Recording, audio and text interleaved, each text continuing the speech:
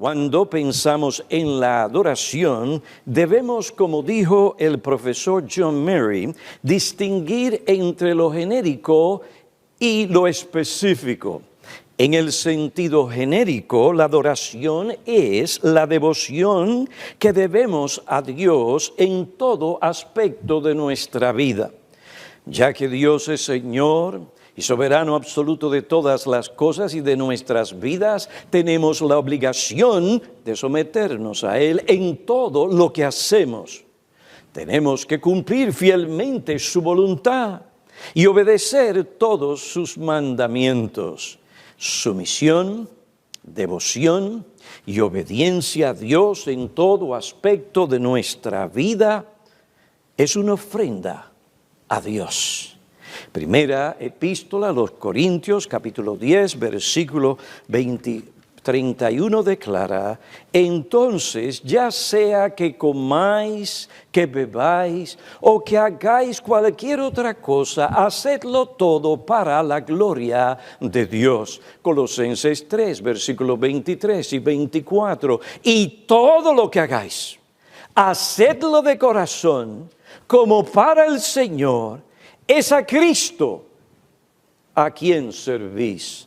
Romanos 12, versículo 1. Por consiguiente, hermanos, os ruego por las misericordias de Dios que presentéis vuestros cuerpos como sacrificio vivo y santo, aceptable a Dios, que es vuestro culto racional. Aquí el término cuerpo se usa para representar toda la personalidad, la totalidad de lo que nos compone. Es nuestro deber presentar o dedicar todo nuestro ser, lo que abarca toda nuestra vida, al servicio de Dios. Tal servicio es un acto de adoración a Dios. La palabra servicio en griego aquí, latreía, significa básicamente servir para conseguir sueldo o servir en general. En el Nuevo Testamento esta palabra se refiere únicamente al servicio a Dios. Nunca se refiere al servicio de una persona a otra. Ahora, el concepto bíblico de latreía no se limita al servicio a Dios como un culto de adoración en una iglesia, sino que abarca toda la vida del cristiano. En este sentido, todo lo que debemos hacer en nuestras vidas como respuesta a las misericordias de Dios en Cristo es un culto o adoración a Dios. Sobre este asunto, Cranfield, a quien otro cita, afirma: el ofrecimiento de uno mismo es el ofrecimiento de todo su ser en el curso del vivir concreto, cuestión no solo de pensamientos, sentimientos y aspiraciones íntimos, sino también de palabras y actos externos de obediencia en el curso de la vida.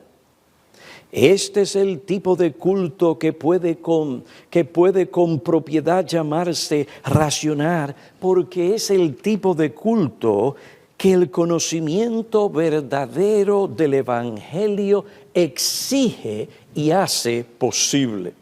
Esta adoración es incesante, transforma nuestro ser, motivaciones, intenciones, actitudes y conducta. Nos mantiene, como otro dijo, inconformes con el mundo y nos transforma a la imagen de Cristo. En este sentido, toda nuestra vida, todo lo que hacemos, debe presentarse al Señor. Es una expresión de adoración a Dios cuando lo hacemos para su gloria, por amor a Él y según su palabra. Ahora, la adoración genérica no niega la adoración específica en un sentido especializado. En otras palabras, que toda nuestra vida sea una expresión de adoración, no niega la adoración personal y congregacional. La adoración personal es la actividad de la vida regenerada del creyente en la que él reconoce la grandeza de Dios que se revela en el carácter y en las obras de Dios, y en vista de esa revelación, el creyente rinde a Dios el culto que él se merece. En esta adoración el creyente dedica tiempo en privado para leer la palabra de Dios, para meditar en ella. Basado en esta meditación, alaba a Dios y se dirige a Él en oración. David, Daniel y el Señor Jesucristo adoraron de esta manera. La adoración personal privada es parte vital, necesaria, indispensable de la vida del creyente. Sin ella, él o ella no pueden agradar, servir y adorar a Dios como Dios exige y manda en su palabra. Ahora, la adoración genérica y personal no excluye la adoración congregacional. Esta se lleva a cabo cuando la iglesia se reúne para adorar a Dios de forma formal y organizada.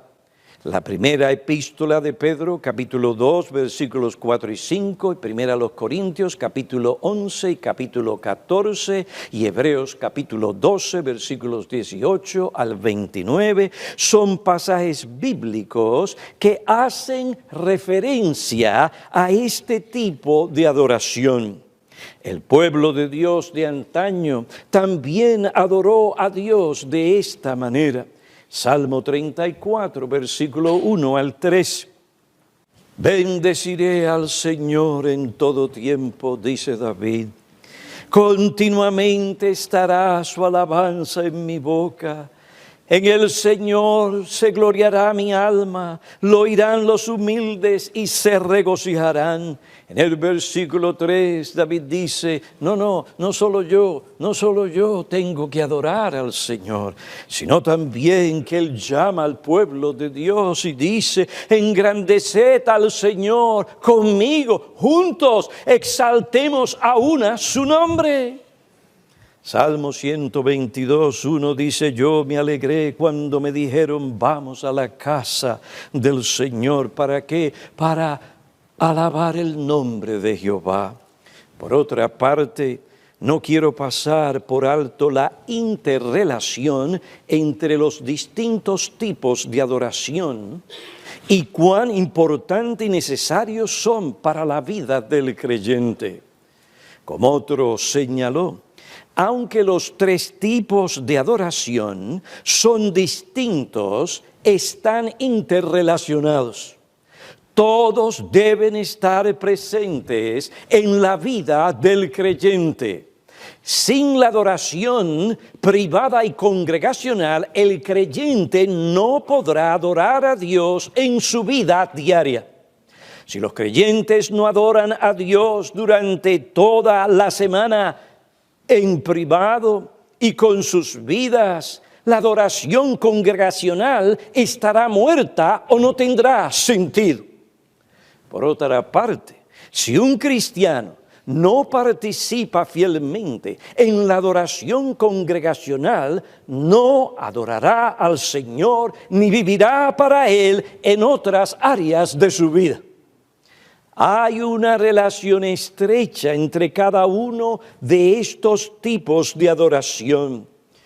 Mucha de la frialdad, falta de ánimo, vigor espiritual, gozo en la adoración congregacional se debe a la ausencia de la adoración personal, a la ausencia de la adoración en el hogar, y la falta de aplicar la palabra de Dios a cada aspecto de la vida diaria. Llegan a la iglesia con una conciencia muchos ensangrentada, herida, culpable. ¿Por qué?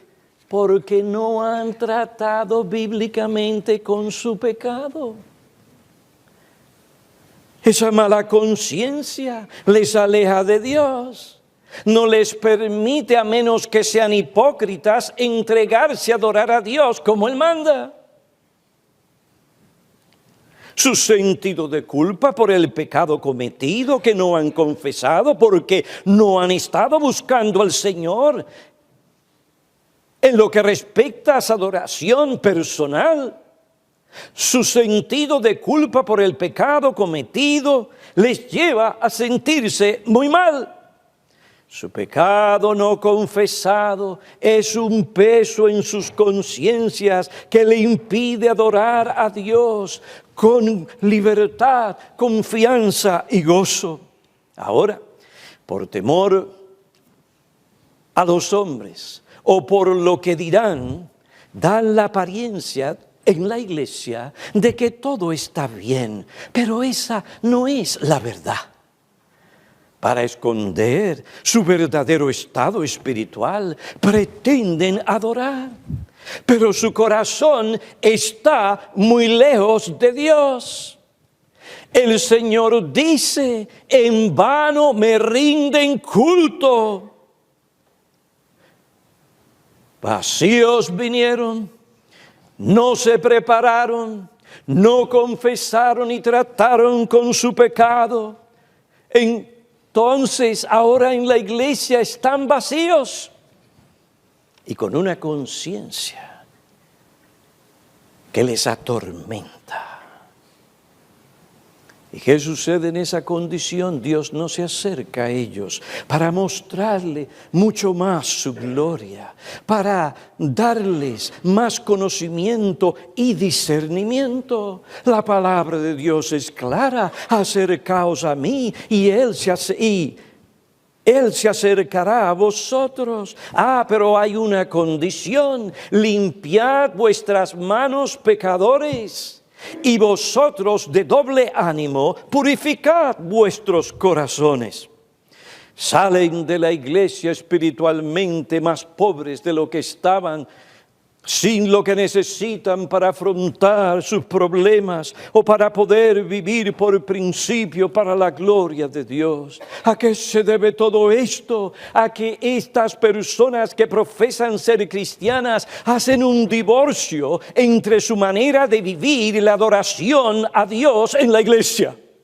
No ven la relación entre su conducta diaria y la adoración en la iglesia. No se dan cuenta que una cosa afecta a la otra. Piensan que con sentarse en la iglesia, seguir el culto, el orden del culto, cumplir con las ceremonias religiosas, han adorado a Dios o han pretendido adorar a Dios. No se dan cuenta que la adoración en la iglesia requiere una vida de obediencia a Dios durante toda la semana. Piensan que Dios es indiferente a cómo ellos viven en sus hogares, cómo ellos viven en sus trabajos, cómo ellos viven en la escuela y en su vecindario. Piensan que pueden servir y adorar a Dios en la iglesia sin servirle, adorar y obedecerle durante toda la semana. No unen los puntos, ni quieren unirlos. Pero quiero decirte, hermano y hermana, y tú que profesas conocer al Señor, que aunque tú y yo y otros no unan los puntos, Dios los une. Dios los une. Dios dice a su pueblo de antaño: ¿qué es para mí la abundancia de vuestros sacrificios? Harto estoy de holocaustos, no me complacen. No traigáis más vuestras vanas ofrendas, no tolero la iniquidad y la asamblea solemne. Vuestras lunas nuevas y vuestras fiestas señaladas, ¿qué hace Dios? Las aborrece mi alma, se han vuelto una carga para mí. Estoy cansado de soportarlas. Cuando extendáis vuestras manos, esconderé mis ojos de vosotros. Aunque multipliquéis las oraciones, no escucharé.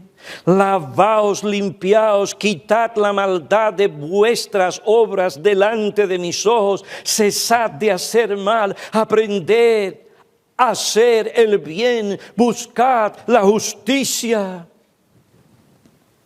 Venid ahora y razonemos, dice el Señor. Hay esperanza para nosotros. Venid ahora, razonemos, dice el Señor, aunque vuestros pecados sean como la grana, como la nieve serán emblanquecidos. Aunque sean rojos como el carmesí, como blanca lana quedarán. Si queréis y obedecéis, comeréis de lo mejor de la tierra. ¿Acaso no es eso lo que nos dice el escritor de la epístola? Dice, acerquémonos con corazón sincero, en plena certidumbre de fe, porque puesto que tenemos confianza para entrar al lugar santísimo por la sangre de Jesús, acerquémonos con corazón sincero y plena certidumbre de fe, teniendo nuestro corazón purificado de mala conciencia. Queridos hermanos, nosotros tenemos que pensar y examinar nuestras vidas. ¿Somos culpables del mismo mal que cometió el pueblo de Dios de antaño? ¿Estará Dios cansado de nuestras ofrendas y cultos de adoración porque somos indiferentes a sus mandamientos o por nuestras impurezas? Dios no puede ser burlado. Dios no puede ser engañado ni burlado, y lo que nosotros sembremos, también nosotros vamos a cosechar. ¿Hacen ustedes la conexión?